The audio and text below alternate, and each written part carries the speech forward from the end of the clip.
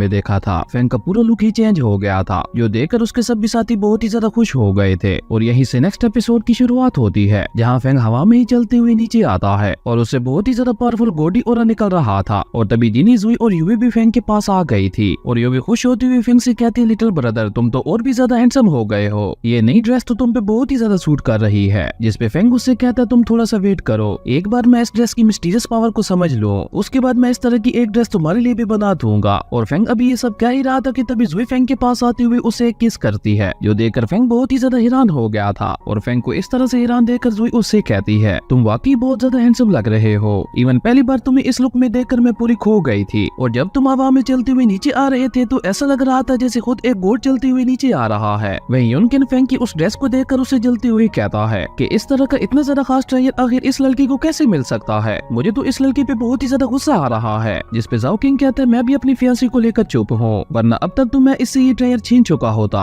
और ये कहकर जाओ किंग कहता है, काश वो ड्रेस मेरे पास होती तो मैं भी उसकी मदद से जुई को इम्प्रेस कर पाता। तभी डीमन क्लैन का लीडर उन सभी को भड़काते हुए कहता है, क्या तुम सब बस इसी तरह से इस लड़के को देखते ही रहोगे या कुछ करोगे भी। और ये कहकर वो डीमन क्लैन का लीडर कहता है, क्यों ना हम सभी आपस में हाथ मिलाकर इस लड़के से सारे ट्रायल्स छीन लें, और उसके बाद बेशक तुम उन सभी ट्रायल्स को आपस में बांट लेना, मैं बस इस लड़के को किसी भी हालत में मारना चाहता हूँ। डीमन क्लैन के लीडर की ये बात सुनकर जाओ किंग और युनकिन भी दोनों इसके लिए रेडी हो गए थे। और उसके बाद सबसे पहले डीमन क्लैन के लीडर ने अपने लोगों के साथ मिलकर एक फॉर्मेशन बनाते हुए फेंग पे एक बहुत ही ज्यादा पावरफुल अटैक कर दिया था। लेकिन वो अटैक फेंग को लग पाता उससे पहले फेंग ने अपने चारों तरफ एक शील्ड लगा दी थी, जिनकी वजह से उनका ये अटैक वहीं डिस्ट्रॉय हो गया था। और उसी के साथ फेंग ने भी उनके साथ फाइट करने के लिए अपनी मैजिकल सोर्ड को बाहर निकाल लिया था, जो देखकर जाओ किंग और युनकिन दोनों फेंग का सामना करने के लिए उसके सामने आ गए थे। और युनकिन गुस्से से फेंग से कहता है, स्पिरिचुअल की पैलेस से मिले हुए सारे ट्रायल्स चुपचाप मेरे हवाले कर दो। जिसपे फेंग युनकिन का मजाक उड़ाते हुए कहता है, अब जब तुम उन ट्रायल्स को हासिल नहीं कर पाए तो मुझसे छीनना चाहते हो,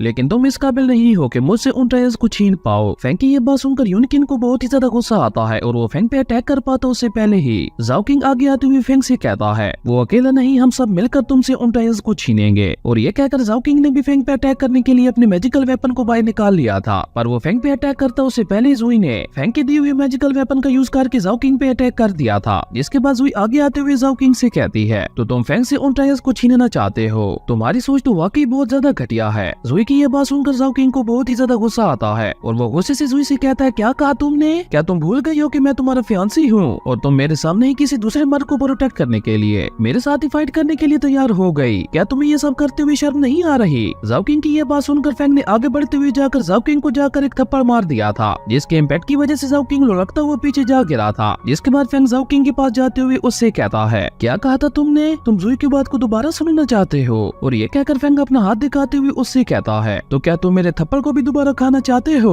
तभी जुई भी उसके पास आते हुए उससे कहती है, मैं एक बार नहीं 1000 बार कहूंगी, तुम्हारी सोच बहुत ही ज्यादा घटिया है। जुई की यह बात सुनकर जिनी और यूवी दोनों हंसने लगी थी। और तभी जाओ किंग खड़े होते हुए अपने सभी साथियों से कहता है, तुम लोग यहाँ पे खड़े होकर क्या देख रहे हो, क्या यहाँ पे कोई शो चल रहा है, जल्दी से इस लड़के पे अटैक करके ऐसे सारे ट्रायल्स छीन लो। जाओ किंग की यह बात सुनकर युनकिन ने पीछे से फेंग के ऊपर अटैक कर दिया था, जिसे फेंग ने अपनी मैजिकल सोर्ड का यूज करते हुए किसी तरह रोक लिया था। और उसी के साथ फेंग ने अपनी मैजिकल सोर्ड से एक बहुत ही ज्यादा पावरफुल अटैक युनकिन के ऊपर कर दिया था, जिसे युनकिन नहीं रोक पाता और वो उड़ता हुआ पीछे जा गिरता है और उसकी हालत बहुत ही ज्यादा खराब हो गई थी, जो देखकर युनकिन गुस्से से खुद से ही कहता है कि आखिर मैं इस जैसे की गेटिंग स्टेज के कल्टीवेटर से कैसे हार सकता हूँ, और आखिर ये लड़का की गेटिंग स्टेज पे होते हुए भी इतना ज्यादा पावरफुल कैसे है, कहीं ऐसा तो नहीं कि इसने अपनी ट्रू पावर को छुपा रखा है। तभी जाओ किंग ने भी अपनी फुल पावर का यूज करके फेंग पे अपनी मैजिकल वेपन से एक बहुत ही ज्यादा पावरफुल अटैक कर दिया था, जो देखकर फेंग ने भी अपनी मैजिकल फायरी वेपन को बाहर निकालते हुए जाओ किंग के अटैक को रोकते हुए उल्टा उसी के ऊपर जाकर अटैक कर दिया था, जिसके इम्पैक्ट की वजह से जाओ किंग उड़ता हुआ पीछे जा गिरा था। ये देखकर डीमन क्लैन का लीडर अपने एल्डर और शेन से कहता है, तुम दोनों जाकर इस लड़के को मेरे लिए मार के आओ। और जैसे ही वो एल्डर फेंग पे अटैक करने के लिए आगे बढ़ता है तो फेंग ने उसके ऊपर भी अपनी सोर्ड से अटैक करके उसे भी पीछे की तरफ गिरा दिया था, जो देखकर शेन कहता है, ये सभी लोग तो बहुत ही ज्यादा बेकार हैं। और ये कहकर वो फेंग से कहता है, ब्रदर मैं भी देखता हूँ इन बीते कुछ सालों में तुम कितना ज्यादा ग्रो हुए हो। और ये कहकर शेन ने अपनी सोर्ड से फेंग के ऊपर अटैक कर दिया था, जो देखकर फेंग ने भी आगे बढ़ते हुए अपनी सोर्ड से उसके ऊपर अटैक कर दिया था। और जैसे ही उन दोनों के अटैक्स आपस में टकराते हैं तो वहाँ पे बहुत ही ज्यादा पावरफुल एनर्जी रिलीज होने लगी थी, और इस मौके का फायदा उठाकर वहाँ पे खड़े बाकी लोगों ने फेंग के ऊपर अटैक कर दिया था। लेकिन जुई ने बीच में आते हुए आकर उन दोनों के अटैक्स को रोक दिया था, और तभी दो और लोगों ने अचानक ही जुई के ऊपर अटैक कर दिया था, जो देखकर कीयून ने उनके ऊपर अटैक करते हुए जुई की जान बचा ली थी। ये देखकर जुई भी कीयून का शुक्रिया अदा करती है, जिसपे कीयून उससे कहती है, तुम्हें मेरा शुक्रिया अदा करने की कोई जरूरत नहीं है। जब तक तुम लोग डीमन क्लैन के खिलाफ खड़े हो तब तक मैं तुम्हारा साथ देती रहूंगी। और तभी हम शेन को देखते हैं जिसने अपनी मैजिक पावर का यूज करके अपने क्लॉज बनाते हुए फेंग को चारों तरफ से घेर लिया था। और उसके बाद शेन ने अपने क्लॉज के साथ मिलकर फेंग के ऊपर चारों तरफ से अटैक कर दिया था। लेकिन फेंग अपनी स्पीड का यूज करके काफी तेजी से मूव करते हुए उन सभी के साथ एक साथ लड़ने लगा था। और शेन अपने क्लॉज के साथ मिलकर फेंग को मारने की पूरी कोशिश कर रहा था। लेकिन फेंग इतनी तेजी से मूव कर रहा था कि वो लोग फेंग को सही तरह से देख भी नहीं पा रहे थे। और ये देखकर यूवी हैरान होते हुए कहती है कि जूनियर ब्रदर ये कौन सी टेक्निक यूज कर रहा है, मैं तो उसे सही से देख भी नहीं पा रही। और तभी शेन फेंग पे अटैक करते हुए उससे कहता है क्या यही तुम्हारी लिमिट है। शेन की ये बात सुनकर फेंग ने अपने मैजिकल स्पिरिट टावर को बाहर निकालते हुए अपनी हेवनली फ्लेम से उसके ऊपर अटैक कर दिया था। और फेंग के इस अटैक का सामना अब उसके क्लोन्स भी नहीं कर पा रहे थे, इसलिए शेन ने अपने सभी क्लोन्स को वापस अपने अंदर ले लिया था। लेकिन वो दोबारा फेंग पे अटैक कर पाते उससे पहले ही फेंग ने काफी तेजी से मूव करते हुए जाकर शेन को एक बहुत ही ज्यादा पावरफुल पंच मार दिया था, जिसके इम्पैक्ट की वजह से शेन नीचे जा गिरा था। और ये देखकर डीमन क्लैन का लीडर उससे कहता है तुम भी बाकी सब की तरह बेकार निकले, मुझे लगता है अब मुझे खुद ही कुछ करना पड़ेगा और आज चाहे कुछ भी हो जाए मैं इस लड़के से स्पिरिचुअल की पैलेस की इनहेरिटेंस हासिल करके रहूंगा। और ये कहकर डीमन क्लैन के लीडर ने फेंग पे अटैक करने के लिए अपनी सोर्ड को बाहर निकाल लिया था, जो देखकर फेंग के सभी साथी उसकी मदद करने के लिए उसके सामने आ गए थे। लेकिन फेंग डीमन क्लैन के लीडर की मैजिकल सोर्ड को देखकर समझ गया था कि ये जरूर कुछ बहुत बड़ा करने वाला है। और ये एहसास होते ही फेंग अपने सभी साथियों को पीछे हटने के लिए कहता है। और फेंग की ये बात सुनकर वो डीमन लीडर फेंग से कहता है बच्चे अब बहुत ज्यादा देर हो गई है। और ये कहकर उस डीमन लीडर ने अपनी मैजिकल सोर्ड का यूज करके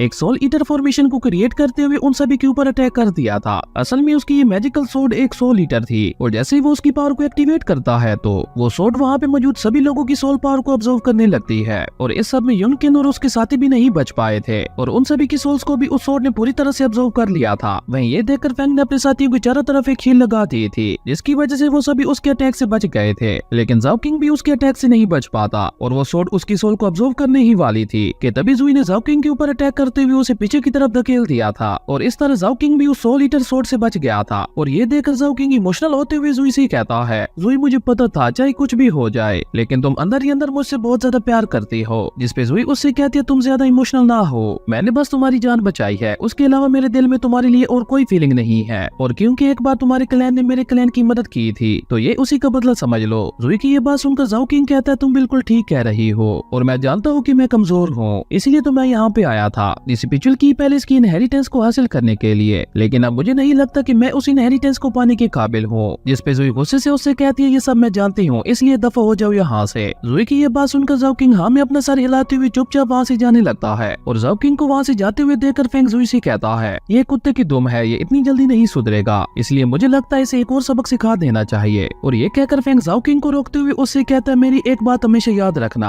अगर तुमने दोबारा जुई को तंग करने की कोशिश की तो मैं तुम्हारा वो हाल करूंगा जो तुम सोच भी नहीं सकते। और ये कहकर फेंग ने एक चुटकी बजाते हुए अपनी हेवनली फ्लेम से जाओ किंग के मैजिकल वेपन को डिस्ट्रॉय कर दिया था, जो देखकर तो जाओ किंग और भी ज्यादा डर गया था। और वो वहाँ से भागकर जाते हुए फेंग से कहता है मैं तुम्हारी ये बात हमेशा याद रखूंगा। और जाओ किंग को इस तरह से भागते हुए देखकर जुई की हंसी छूट गई थी। और तभी डीमन क्लैन का वो लीडर ताली बजाते हुए कहता है मैं तुम लोगों के लव अफेयर में नहीं बोलना चाहता था, लेकिन अब तुम सबकी मरने की बारी आ गई है। उस डीमन क्लैन के लीडर की ये बात सुनकर जुई फेंग से कहती है तुम फिक्र ना करो, मैं यहाँ पे संभाल लूंगी। जुई की ये बात सुनकर फेंग वो शील्ड से बाहर आ गया था और फेंग के बाहर आते ही जुई ने अपनी पावर का यूज करते हुए वो शील्ड वापस लगा दी थी। और जैसे ही फेंग उस डीमन क्लैन के लीडर के सामने जाता है तो वो डीमन लीडर फेंग से कहता है आज मैं तुम्हारी सोल को सैक्रिफाइस करके अपनी सोल ईटर सोर्ड की प्यास बुझाऊंगा। और ये कहकर उसने अपनी सोल ईटर सोर्ड से फेंग के ऊपर एक बहुत ही ज्यादा पावरफुल अटैक कर दिया था। लेकिन फेंग ने अपने फायरी मैजिकल वेपन का यूज करते हुए उसके अटैक को बहुत ही आसानी से रोक दिया था। और उसके बाद उन दोनों के दरमियान एक बहुत ही खतरनाक फाइट शुरू हो गई थी और हमें उन दोनों के दरमियान एक बहुत ही अमेजिंग फाइट देखने को मिलती है। लेकिन फेंग अभी भी डीमन लीडर के ऊपर भारी पड़ रहा था, जो देखकर वो डीमन लीडर फेंग से कहता है तुम अपनी इन ट्रिक्स की मदद से खुद को तुम मुझसे बचा लोगे, लेकिन अपने दोस्तों को मुझसे कैसे बचाओगे। और ये कहते हुए उस डीमन लीडर ने फेंग के दोस्तों के ऊपर अटैक कर दिया था। और ये अटैक इतना ज्यादा अचानक था कि फेंग भी उन्हें नहीं बचा पाता, जिसके बाद वो चारों भी उस फॉर्मेशन के अंदर जा गिरी थी और वो सोल ईटर सोर्ड उनकी पावर्स को भी ऑब्जर्व करने लगी थी, जो देखकर फेंग को बहुत ही ज्यादा गुस्सा आता है। और वो गुस्से से डीमन लीडर से कहता है मेरे दोस्तों को हट करके तुमने अपनी मौत को बुलाया है, अब मैं तुम्हें जिंदा नहीं छोड़ूंगा।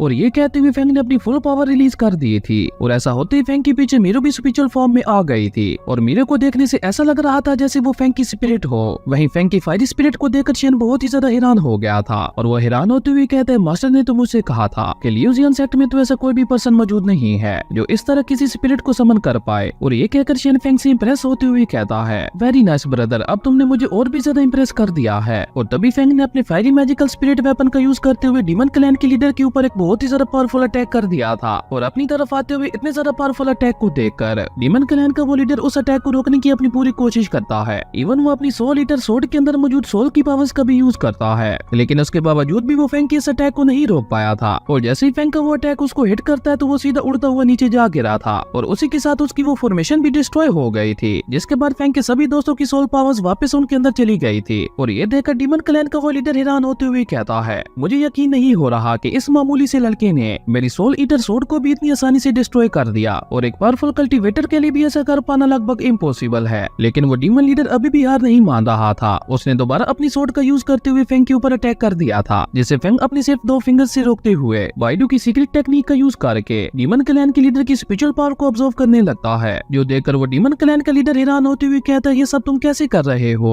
जिसपे फेंग उससे कहता है, मैंने तुम्हें पहले ही कहा था कि मुझसे पंगा ना लो। और ये कहते हुए फेंग ने डीमन लीडर की काफी सारी स्पिरिचुअल पावर को ऑब्जर्व कर लिया था, और ऐसा होते ही फेंग नेक्स्ट लेवल में ब्रेक थ्रू कर गया था, जो देखकर फेंग खुश होते हुए डीमन क्लैन के उस लीडर से कहता है, तुम्हारी स्पिरिचुअल पावर इतनी ज्यादा कमजोर भी नहीं थी। फेंग की ये बात सुनकर डीमन क्लैन का वो लीडर गुस्से से अपने साथियों से कहता है, तुम दोनों खड़े खड़े मेरा मुंह क्या देख रहे हो? जल्दी से आकर तुम सभी मेरी मदद करो। अपने लीडर की यह बात सुनकर डीमन क्लैन के सभी लोगों ने अपनी अपनी स्पिरिचुअल पावर अपनी लीडर की बॉडी के अंदर ट्रांसफर कर दी थी, जिसके बाद वो डीमन लीडर अपनी फुल पावर का यूज करते हुए एक डिमोनिक बीस्ट की स्पिरिट को समन करता है, जिसकी मदद से उसने फेंग के ऊपर अटैक कर दिया था। ये देखकर फेंग ने भी अपनी फायरी स्पिरिट से उस डिमोनिक बीस्ट की स्पिरिट के ऊपर अटैक कर दिया था, और फेंग की फायरी स्पिरिट ने उस डिमोनिक बीस्ट की स्पिरिट को बहुत ही आसानी से डिस्ट्रॉय कर दिया था, जो देखकर वो डीमन लीडर कहता है, ये इम्पॉसिबल है, ऐसा नहीं हो सकता। और वो इससे आगे कुछ कह पाता उससे पहले ही फेंग ने अपनी हेवनली स्पिरिचुअल पावर का यूज करते हुए उन सभी के ऊपर एक बहुत ही ज्यादा पावरफुल अटैक कर दिया था, जिसके इम्पैक्ट की वजह से डीमन क्लैन के सभी लोग पीछे जा गिरे थे। और तभी फेंग उन सब से कहता है, तुम सब में से जो भी मुझे फ्यूचर में मारना चाहे वो अपनी मौत की तैयारी करके आना, क्योंकि इसके बाद मैं तुम में से किसी को भी जिंदा नहीं छोड़ूंगा। जिसपे डीमन क्लैन का वो लीडर फेंग से कहता है, बच्चे तुम बस थोड़े दिन वेट करो, मैं तुम्हें फिजिकली और मेंटली दोनों जगहों से पूरी तरह से डिस्ट्रॉय कर दूंगा। और ये कहकर वो अपने लोगों को वहाँ से चलने के लिए कहता है, लेकिन वो वहाँ से निकल पाता उससे पहले फेंग ने अपनी सोर्ड से उसके ऊपर अटैक कर दिया था, जिसकी वजह से वो दोबारा पीछे जा गिरा था, और अब तो उसकी हालत और भी ज्यादा खराब हो गई थी, जिसके बाद वो सभी दुम दिखाकर भाग गए थे। और इसी के साथ हमारा ये एपिसोड यहीं पे खत्म हो गया था। अगर आपको ये वीडियो अच्छी लगी तो लाइक कर दें, और अगर चैनल पे नए आए हो तो सब्सक्राइब करते जाना। तो मिलते हैं एक न्यू वीडियो में, तब तक के लिए बाय।